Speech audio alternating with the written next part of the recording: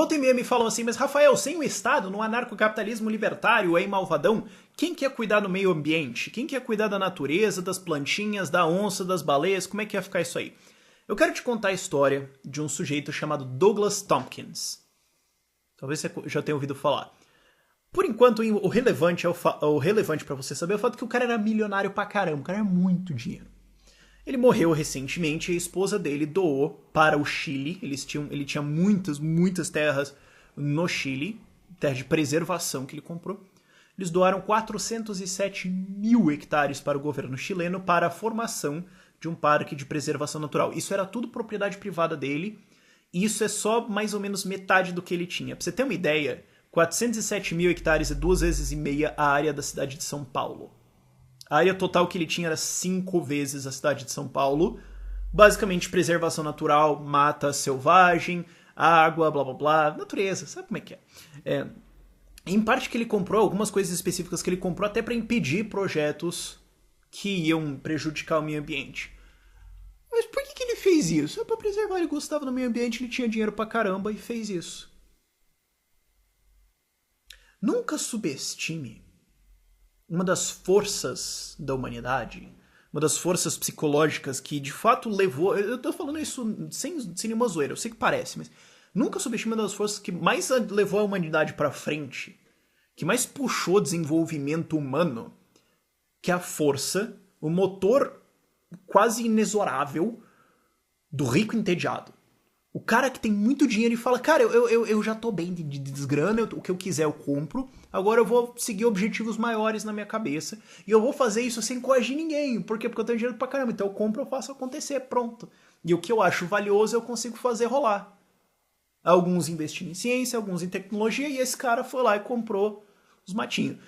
Eu discordo da decisão deles, era uma decisão dele, quando ele faleceu a esposa Duas Terras, de doar isso pro governo. Eu acho que se eles tivessem eles mesmos feito uma instituição privada para proteger isso, ia ser melhor. Porque o governo pode, no futuro, entregar essas terras para serem exploradas de qualquer outro jeito. Se eles fizessem o negócio deles ali, inclusive o cara era um defensor de agricultura orgânica, de um modo de vida que interage com a natureza, etc., em muitos casos não é uma boa ideia, né? A tecnologia tá ok. Mas assim, ninguém precisa ser coagido. As terras eram dele, o dinheiro era dele, vai lá quem quer, ninguém foi obrigado.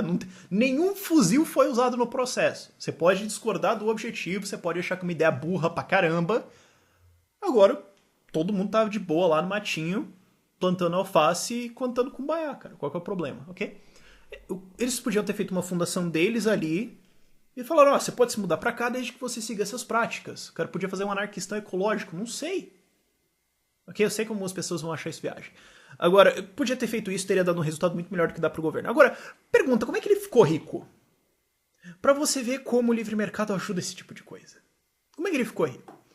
Bom, o cara começou em 1964, aí eu vou ter que ler aqui das minhas fontes porque não tem como decorar esse troço. O cara começou em 1964... Ele fundou uma empresinha para vender equipamento de escalada. Ele sempre curtiu natureza, tal, alpinismo, passear. Cara mateiro, assim. Então eu entendo, eu já fui assim. Passou, daí eu fiquei gordo, não sabe. Mas enfim. Fundou uma empresa para vender equipamento de escalada e de acampamento. E uma das inovações é que ele vendia algumas das primeiras barracas que não tinha aquela pilastra no meio. Aí você pode, né... Enfim, tem mais espaço ali dentro, mais confortável. E essa empresa deu certo, e em 1966 ele abriu a primeira loja e vendia isso antes pelo correio, que nem hoje a galera faz empreendedorismo no Mercado Livre, né? Vendia isso pelo correio, e em 1968 ele cansou e vendeu a parte dele para o amigo por $50 mil. Ele pegou esse dinheiro e foi passear na Patagônia. Hoje, claro, $50 mil na época, hoje seria o equivalente a $350 mil, então é R$1 milhão. Então o cara se tornou milionário em 4 anos. Coisa pouca. Isso é nos anos 60 nos Estados Unidos. Essa empresa hoje se chama... Talvez você já tenha ouvido falar The North Face. Ela faturou em 2015 $12,4 bilhões. Ele que fundou essa empresa. Claro, a maior parte da expansão não foi ele, mas pra você ter uma ideia de como empreendedorismo, liberdade de mercado, liberdade de empreender, comprar e vender e tal. O cara pegou esses $50 mil e foi passear na Patagônia por 6 meses. Patagônia do Sul, Argentina, Chile, talvez você não saiba, mas enfim... Ninguém precisa ter uma geografia perfeita. Mas o fato é, ele voltou, juntou ali com a esposa dele e tal, com uma amiga da esposa dele, e ele começou a vender vestidos na Kombi dele. Em 1968 também. Você faz os vestidos aqui, a mulher lá fazia e tal, pá, põe na Kombi aqui e vende os negocinhos. Isso em 68. Em 1978, a empresa faturou 100 milhões de dólares vendendo roupa. Essa empresa hoje é uma empresa chamada Esprit. Ela hoje está, de maneira geral, na Ásia ali e tal. E em 2007, ela faturou 3,25 bilhões de euros e tinha 15 mil funcionários. Claro, ele saiu antes. Em 1990, ele se encheu o saco, cansou do mundo corporativo. É rico e entediado. Falou, cara, não preciso mais ver nesse negócio aqui. Cansei. Eu já tenho dinheiro pra caramba, quer saber? Eu vou cuidar dos meus matos e vou subir nas montanhas. Um abraço pra vocês. Vendeu a parte dele por 150 milhões de dólares, que hoje seria alguma coisa um pouco mais perto de 200 milhões de dólares por causa da inflação. E saiu comprando terras para preservar, para cuidar do meio ambiente, cuidar das plantinhas, cuidar dos bichinhos, cuidar dos pumas.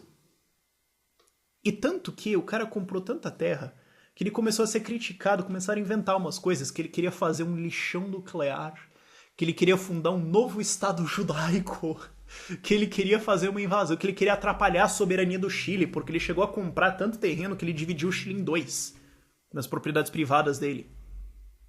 E o cara não queria fazer nada, ele só queria cuidar das arvorezinhas, meu. Preservou a natureza. Isso é um rico entediado. Tem vários casos, o cara morreu recentemente, infelizmente. Mas esse é um caso de um rico entediado que resolveu cuidar do meio ambiente. Como é que ele ficou rico? Vendendo vestido nos fundos da Kombi dele. Fosse no Brasil, esse cara já ia ter tido as mercadorias dele apreendidas pela polícia. Ia ter sido preso por desacato porque ele ia xingar o policial enquanto estava levando os vestidos dele lá. Todas as entregas dele lá da North Face ia ter sido perdida no correio. E o cara ia ter mandado a merda e virado servidor. Se fosse aqui no Brasil. Felizmente o cara estava nos Estados Unidos dos anos 60. Hoje também eu acho que não teria voado muito essa bola, não. Ficou rico no livre mercado e resolveu cuidar das plantinhas. Isso é só um exemplo. Tem vários. Mas pra você conhecer a história, links na descrição por esse vídeo é isso. Tchau, tchau.